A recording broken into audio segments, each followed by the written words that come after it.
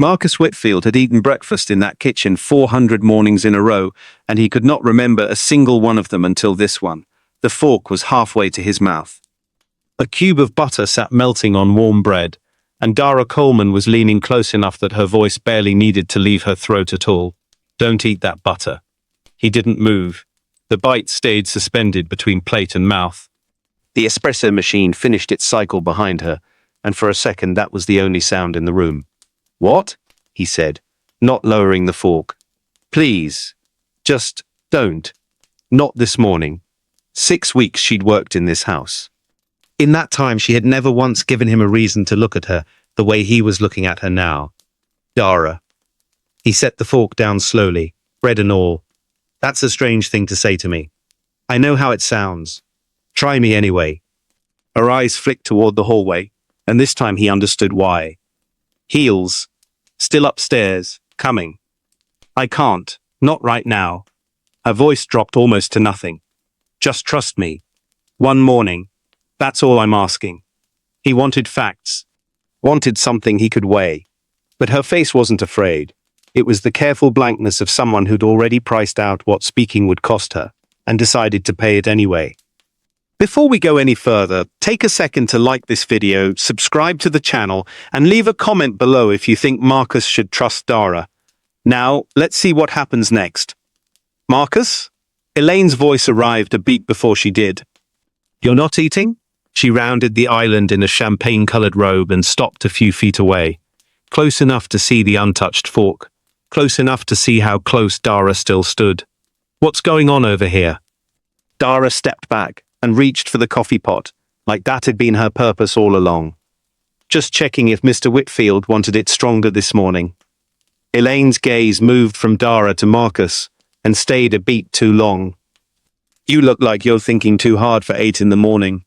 She slid onto the stool beside him, one hand resting over his. "Everything all right?" "Fine. Long night. Richard sent the shareholder packet at midnight." Not a lie.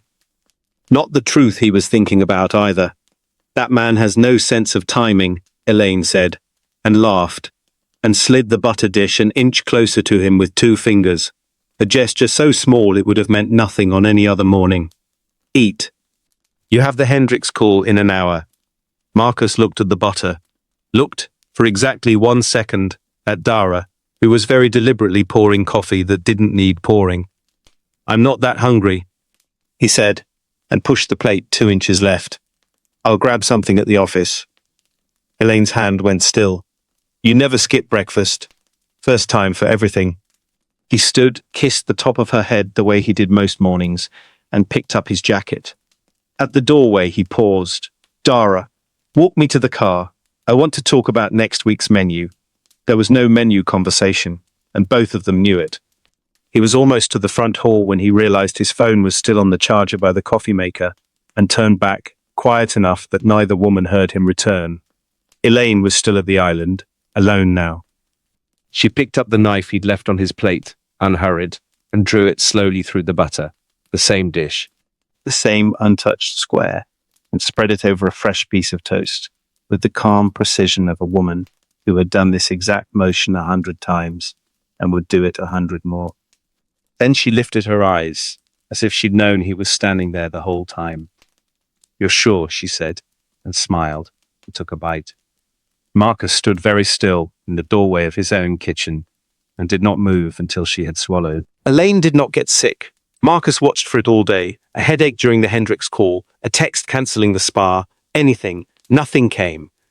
By 6 that evening she was in the kitchen again, humming while she plated dinner, and when he walked in she kissed his cheek and asked how his day was like it was any other Tuesday in the life they were building together. He should have felt relieved. Instead, he felt something colder settle into place, because a woman who had knowingly eaten poisoned butter and felt nothing had either imagined an enemy where none existed, or known exactly which butter was safe to eat. He found Dara alone in the pantry an hour later, inventorying spice tins she didn't need to inventory.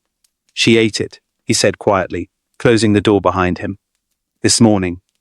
In front of me." Dara didn't look up right away. "I know. I was there. So either you were wrong, I wasn't wrong." Her voice stayed even, but her hands had gone still on the shelf. "There are 2 butter dishes in that fridge, Mr. Whitfield. There have been for 3 weeks. She keeps one in the door and one in the back, behind the milk. I only noticed because I restocked both, and only one of them ever runs low." It was a clean explanation. Too clean, maybe, the kind of detail that made a story hang together a little too neatly. Marcus had sat across from enough people selling him something to know that the tidiest version of events was usually the one worth questioning hardest, not trusting fastest. "Or you noticed one running low because she doesn't like butter that's been sitting out," he said. "Or she buys the good kind for herself and the store brand for me and doesn't think it's worth mentioning. That's not a system, Dara. That's a woman with preferences." He watched her take the pushback without flinching, which told him something on its own. "Could be," she said. "I thought about that too, the first week. But preferences don't usually come with a spoon that only ever touches one dish." She held his eyes. "I'm not asking you to take my word over hers. I'm telling you what's true whether you believe it or not. What you do with it is yours." That, more than the detail about the dishes, was what settled it for him. Not certainty, but the absence of anything in her that needed him to believe her. A liar angled for belief. She hadn't angled once. "I need you to keep doing exactly what you've been doing," he said. "Nothing different. If she asks, 'You told me about a menu change for the rehearsal dinner. Can you do that?' I've been doing it for 3 days." Something flickered across her face, not pride exactly, but close to it. "I'm better at this than you'd think. I believe you." She almost smiled at that, and for a second the kitchen felt like an ordinary room again, 2 people who trusted each other doing something small and steady in the middle of something large and frightening. Then her expression sobered. "There's something else. The locked drawer in here." She nodded at the narrow cabinet beneath the spice rack, the one that had always held takeout menus and spare batteries in the 6 weeks she'd worked there. "It wasn't locked until 9 days ago. I only know because I went looking for the good olive oil and the key wasn't in the usual place." Marcus crouched and tried the handle anyway, out of habit more than hope. It didn't move. 9 days, he repeated, and made himself hold the number at arm's length rather than reach for the first thing it seemed to fit. Coincidence built stories all the time, bad ones that fell apart the moment someone checked the dates properly. He wasn't going to hang anything on a number until he knew what it actually connected to. His phone buzzed in his pocket. He almost ignored it until he saw the name. Richard Whitfield. His cousin hadn't texted him directly in over a year. Not since the last shareholder meeting had ended with Richard storming out over a vote he'd lost by 11%. Everything since then had gone through lawyers. Thursday's vote. Just the 2 of us. There's context you're missing about the succession language, the kind that affects more than the company. Marcus read it twice. Thursday. 4 days from now. He hadn't told anyone the vote had been moved up. Hadn't told Elaine, hadn't told Dara, hadn't told anyone outside the 3 board members who'd signed the amended notice, which meant Richard already knew. That was worth confirming, not assuming. Board notices went through a paralegal, a secretary, a mailing list of people who had no reason to be careful about who they mentioned it to. It was entirely possible Richard had heard from someone with nothing to hide. It was also possible he hadn't. Dara was watching him now, the way she'd watched Elaine at the breakfast table, carefully, reading whatever was crossing his face and finding it worth her attention. "I don't know yet if it means anything," he said, half to her, half to himself. "But I'm going to find out exactly when that drawer got a lock, and exactly when the board notice went out, before I let myself believe those 2 things are related." He didn't know yet how a locked pantry drawer connected to a shareholder meeting and a fiancé who ate poisoned butter without blinking, if it connected at all. But he had built a career on refusing to trust a pattern until he'd tried to break it first, and something in his chest told him this particular pattern was going to survive the attempt. It took Frank Delgado, the private investigator Marcus had used twice before for competitor due diligence, less than a day to answer the question Marcus had refused to answer for himself. "The lock on that drawer was installed by a locksmith in Fairview," Frank said over the phone, his voice flat in the way of a man reading from notes rather than performing concern. "Paid in cash. Receipt says the 10th. Your board notice went out on the 9th, through your general counsel's office, to 11 people. One of the 11 is your fiancé's wedding planner, who happens to also do part-time bookkeeping for a shell consulting firm registered in Delaware." Marcus sat very still at his desk, phone against his ear, the city spread out below his office window, in the flat grey light of a Wednesday afternoon. Say the name of the firm. Ashgrove Advisory. No listed employees. One registered agent. I'm still tracing ownership, but I'd bet my license it loops back to your cousin. So it wasn't a locked drawer that had frightened him into paranoia. It was a chain. Board noticed a wedding planner to shell company to Richard. Each link ordinary enough to survive scrutiny alone, and damning only once you saw them laid end to end. Marcus had spent 15 years learning to read balance sheets for exactly this kind of quiet architecture. Money and information moving through people who looked, individually, like they had nothing to do with each other. He hadn't expected to find it inside his own engagement. Keep tracing the firm, he said. And I want everything on the succession clause in the shareholder agreement, specifically what happens to my shares if I'm incapacitated versus deceased, and who benefits either way. There was a pause on the line, the particular silence of a man deciding whether to say something his client didn't want to hear. Marcus, if I find what I think I'm going to find, this stops being a business problem. I know what it stops being, Frank. Send me the clause. He hung up and sat with it for a long moment, the office suddenly too quiet, and thought, not for the first time that week, about how strange it was that dread could feel almost like relief.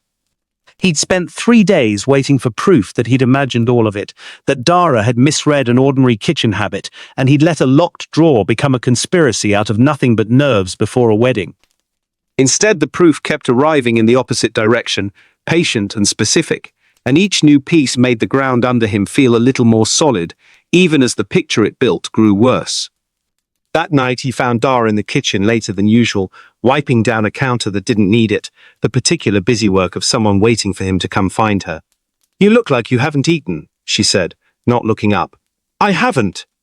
She didn't ask why. She pulled a container from the fridge, his fridge, he thought, and immediately corrected himself, because thinking of it as theirs had become a small daily act of pretending, and set it in front of him without ceremony. Eat something that didn't come out of that kitchen this morning. It was such an ordinary kindness, offered with such total lack of fuss, that it caught him harder than he expected. He'd built a life around people who wanted something from him every time they were generous. He couldn't remember the last time someone had simply fed him because he looked tired. Thank you, he said, and meant more by it than the sentence held. She shrugged like it was nothing, but something in her posture eased, a small settling, the kind that happens between people who have started, cautiously, to trust each other's weight. She talked to me today, Dara said after a moment. Elaine cornered me in the pantry when I was restocking. Asked how long I'd worked for a family before this one. Her jaw tightened slightly. Then she asked if I had references who'd vouch for my discretion.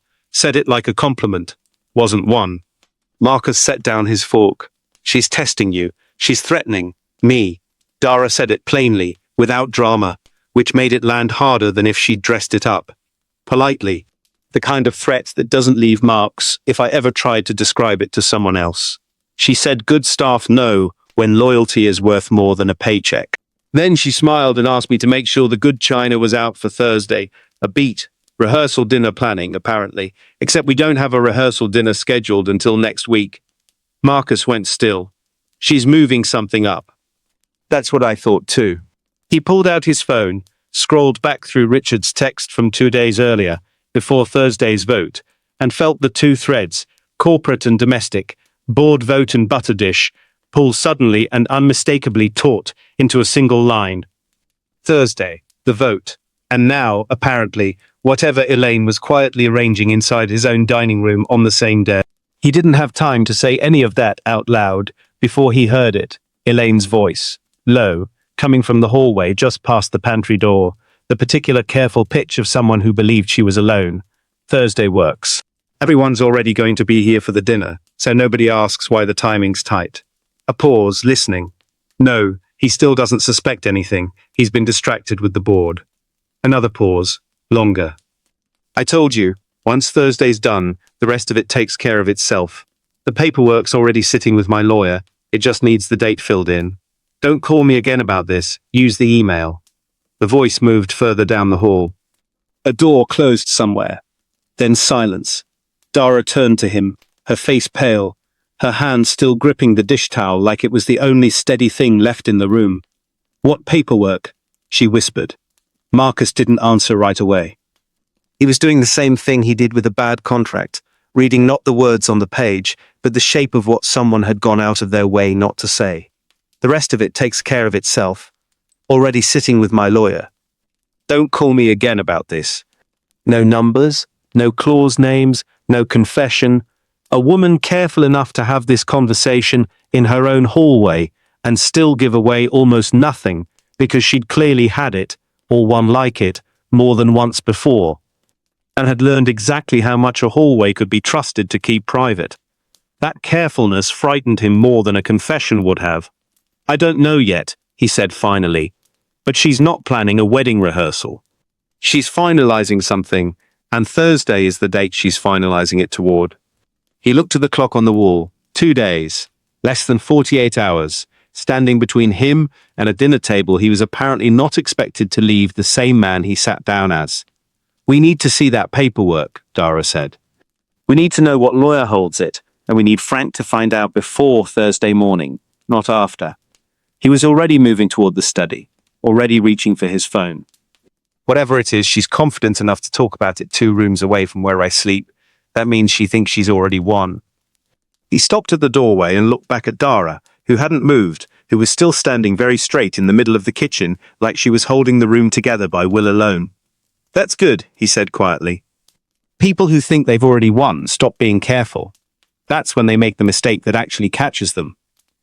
He didn't know yet what the mistake would be, or when it would come, or whether he'd recognize it in time. He only knew that, for the first time since a whispered warning over butter and toast, he finally understood what he was racing against. A date, not a rumor. And 2 days was either exactly enough time or nowhere near it. And he had no way yet of knowing which. Frank called at 6 the next morning, before Marcus had finished his coffee. The lawyer's name is Simon Reyes. Small practice, does mostly estate work, but 2 years ago he also drafted incorporation papers for Ashgrove Advisory. A pause, papers shuffling. "I got a paralegal to confirm, off the record, and she'll deny it if asked, that a file was opened under Elaine's name 11 days ago. Won't tell me what's in it." "But 11 days, Marcus." "That's before the board even set the vote." Marcus stood at the kitchen window, watching the sky lighten over the back garden, and felt the last piece he'd been holding on to, the hope that this was still somehow about the wedding, and not about him, quietly let go. 11 days. Whatever Elaine was building had started before Richard's text, before the locked drawer, maybe before Marcus had proposed at all. "I need you at the rehearsal dinner tomorrow," Marcus said. "Not as yourself. Catering staff, valet, I don't care. I want eyes on that room that aren't mine. And if it's what I think it is, then I want it recorded. That's all. I'm not doing anything tonight I can't undo." He hung up and found Dara already in the kitchen, though it wasn't yet 7, laying out the morning's coffee service with the same careful precision she brought to everything. "You look like you slept even less than me," he said. "I keep thinking about tonight." She didn't look up from the tray. "About what happens if you push too hard before you actually have something that holds." "I'm not pushing tonight," he said. "I'm listening. There's a difference." But even as he said it, he wasn't entirely sure he believed himself, and something in the way Dara studied his face told him she wasn't sure either. The rehearsal dinner was held in the dining room Marcus had eaten breakfast in for 400 mornings, transformed now with white flowers and the good china Elaine had asked for 2 days early, candlelight throwing soft gold across a table set for 12. Richard arrived at 7, in a suit that cost more than Marcus remembered him being able to afford the last time they'd spoken, and shook Marcus's hand with exactly the right amount of warmth for 2 men pretending a lawsuit hadn't happened between them. "Been too long," Richard said. "It has," Marcus agreed, and meant something entirely different by it than Richard did. Dinner moved the way rehearsal dinners move. Toasts, laughter. Elaine luminous at the head of the table in ivory silk, her hand finding Marcus's under the tablecloth at intervals that felt, now, less like affection, and more like a woman checking that a piece was still on the board. Marcus played his part.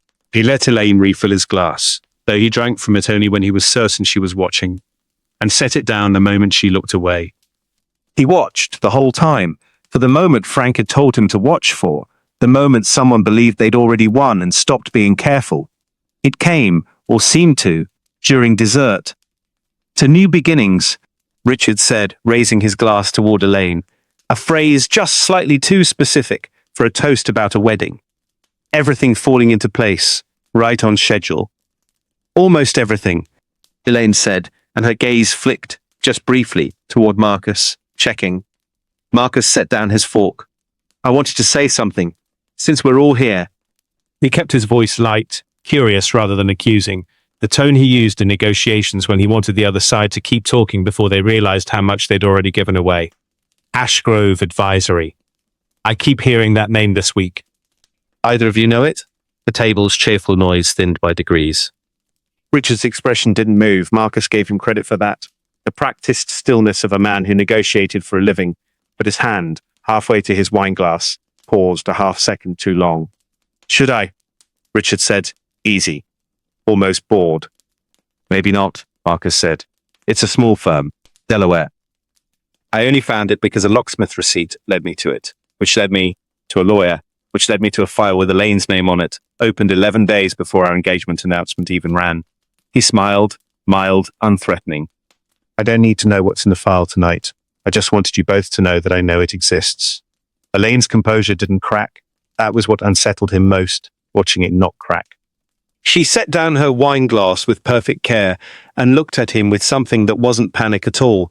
It was closer to disappointment, the way you might look at someone who'd made a move in a game you'd already finished playing 3 turns ago. "You've had a hard week," she said gently, reaching for his hand. "I think the stress of everything don't—" Marcus said, quiet enough that only she and Richard could hear it, and, for the first time all night, something behind her eyes actually shifted. Across the table, Richard leaned back, unhurried, and said, "Marcus, if you think you've found something, you should say what it is, plainly, instead of dressing it up as dinner conversation in front of people who came to celebrate you." His voice had cooled several degrees. "Otherwise it sounds like you're accusing your fiancée of something at her own rehearsal dinner, based on a locksmith's receipt." It was, Marcus realized with a small cold jolt, a perfectly reasonable thing to say. 12 faces around the table were already turning toward each other, uncertain, the particular social vertigo of watching a celebration threaten to become something else, without quite tipping over. He had nothing yet that would survive being said plainly, not in front of people whose good opinion could, he understood suddenly, matter more to what happened Thursday than any evidence Frank had gathered. "You're right," Marcus said finally, and made himself smile, made himself pick the wineglass back up. "Bad week. Ignore me." Laughter returned to the table, tentative, relieved, and beneath it, Marcus felt something he hadn't expected to feel tonight. Not triumph, not fear exactly, but a kind of dizziness, faint and unfamiliar, spreading slowly behind his eyes. He set the glass down without finishing it, and told himself it was only the stress catching up with him. It didn't feel like stress. It felt specific, deliberate, the floor tilting a few degrees in a room that hadn't moved. Across the table, Elaine was watching him drink with an expression he couldn't read at all. Not triumph either, but something closer to arithmetic, a woman counting seconds against a clock only she could see. He thought of the word Frank had used 2 days earlier, incapacitated, not dead, just unable to convince anyone, for long enough, that he was still himself. The room had gone warm and slightly unsteady at the edges, voices blurring into a single soft current. And, somewhere underneath the blur, Marcus was still trying to hold on to the shape of what she needed. Not his death. Not tonight. Just enough doubt, in enough witnesses, close enough to Thursday, that, when the vote came, the paperwork would already be waiting to answer the question of whether Marcus Whitfield still met the contractual definition of a man capable of controlling what he owned. He had no memory of the last time she'd refilled his glass. He wasn't sure, anymore, that he trusted himself to notice if she did it again. Marcus did not lose the room. That was the only thing he let himself think about, the only fixed point in a night that had gone soft and unsteady around the edges. Do not lose the room. He kept his hand loose around the stem of his wineglass, kept his voice even when Richard asked if he was all right, kept smiling the smile of a man slightly embarrassed by his own dizziness, rather than a man watching the walls of his own dining room breathe. Then his knee buckled against the table leg, and the room tilted for real. He caught himself on the back of his chair, hard enough that a water glass went over and shattered against the floor, and the polite murmur of the dinner party dissolved instantly into something sharper, chairs scraping, someone's voice rising in alarm. Elaine, already on her feet, saying his name in the exact pitch of a woman who had rehearsed sounding frightened. "Marcus." She reached for his arm. "Someone call an ambulance. He's not, don't touch him." Dara was there before anyone else moved, cutting between them with the coffee tray still in her hand, setting it down hard enough to rattle the cups. "Marcus, look at me, drink this." He drank. Bitter, scalding, and underneath the fog he felt something start, slowly, to burn back. Not fast enough to feel safe, but enough to hold on to. Across the room, Frank had already stopped pretending to be a caterer. He had his phone in one hand and was speaking into it low and fast. Possible medical emergency, need units now, while his other hand hovered near Marcus's shoulder, ready and not yet needed. "He's having some kind of episode," Elaine said, louder now, playing to the table. "This is exactly what I was afraid of, his heart, the stress of the vote. I told him weeks ago he needed to see someone. I'm fine," Marcus said, and it came out steadier than he expected, the coffee and the adrenaline together burning a clear space in his head. He straightened, one hand still braced on the chair, and looked at her. "I'm fine, Elaine." "Which I don't think is the outcome you were hoping for." For the first time all night, something in her face genuinely faltered. "Simon Reyes filed papers 11 days ago," Marcus continued, "under your name, related to an incapacity clause in my shareholder agreement. I'd like to know, in front of everyone here, since apparently that's how we're doing this, what those papers say happens if I'm found unfit to vote my own shares. Say, 2 days from now. Say, after an episode of my own rehearsal dinner that 12 people just watched." "You're not well," Elaine said, but her voice had changed register, gone careful. "You're saying things that don't make sense, and frankly, given what everyone just witnessed, I think the more responsible question is whether Dara had access to your glass tonight. She's been in this house 6 weeks, Marcus." "What do we actually know about her?" The accusation landed exactly where she'd aimed it. Marcus felt the table's attention shift, uncertain, several guests glancing toward Dara with the reflexive suspicion of people looking for somewhere safe to put their fear. "That's an interesting theory," Marcus said slowly. "For someone who didn't ask a single question about my health before accusing my chef. You didn't ask if I was all right. You asked who to blame. I'm trying to protect you." "You're trying to protect the timeline." He looked at Richard now, who had gone very still near the door. "The one where I'm incapacitated in front of witnesses 2 days before a vote, and the paperwork already sitting with Reyes explains what happens next. Dara didn't file that paperwork, Elaine. You did. You have no proof of any of this," Elaine said, and something colder had entered her voice now, the performance finally dropping. "A locksmith's receipt, a phone call you claim you overheard. None of that survives a lawyer, Marcus, and you know it. Whatever happened to you tonight, there's no version of this where you can actually prove I did anything." It was, Marcus had to admit, the most honest thing she'd said all evening, and for one suspended second, with the room still unsteady around him, and no confession on tape, and nothing but circumstance stacked on circumstance, he felt the floor of his certainty shift. Then Frank stepped forward, phone still in his hand, and turned the screen so it faced the table. "Actually," Frank said, "it might." He pressed play. Elaine's own voice filled the room, low and clipped, 3 nights old. "Once Thursday's done, the rest of it takes care of itself. The paperwork's already sitting with my lawyer. It just needs the date filled in." And beneath it, fainter, Richard's voice answering her. Nobody at the table said anything. Elaine looked at the phone the way a person looks at a door they'd been certain was locked. "I told you not to call me about this," she said quietly. "Not to Marcus, not to Frank, to Richard, who had gone the color of the tablecloth." "You told me not to call," Richard said. "You never said don't answer." Sirens reached the driveway before anyone else spoke. Distant first, then close, blue light sliding briefly across the dining room windows. Frank had made the call 8 minutes earlier, standing over Marcus with his phone already dialing before the coffee had even finished doing its work. And the officers who came through the front door now were responding to an actual medical emergency, not a plan already in motion. They found instead a table gone completely silent, a recording still playing on a caterer's phone. and a woman in ivory silk sitting very still with both hands flat on the table, as though holding it down would keep anything else from moving. "Ma'am," one of the officers said, "we're going to need you to come with us." Elaine didn't move for a moment. Then, quietly, almost to herself, "I built this wedding in 4 months. Flowers, the venue, every guest at this table." She looked at Marcus once, and whatever had been performance in her face all night was finally gone, replaced by something flatter and more honest. "You would have been happy. You'd have never known." "I'd have been alive and controlled by someone else," Marcus said. "That's not happy. That's just quiet." She didn't answer that. She stood when the officer asked her to, and walked out through the hallway she'd once threatened Dara in, and Marcus didn't watch her all the way to the door. 3 weeks later, Marcus stood in the kitchen on a Saturday morning that belonged to no one but him, making eggs badly.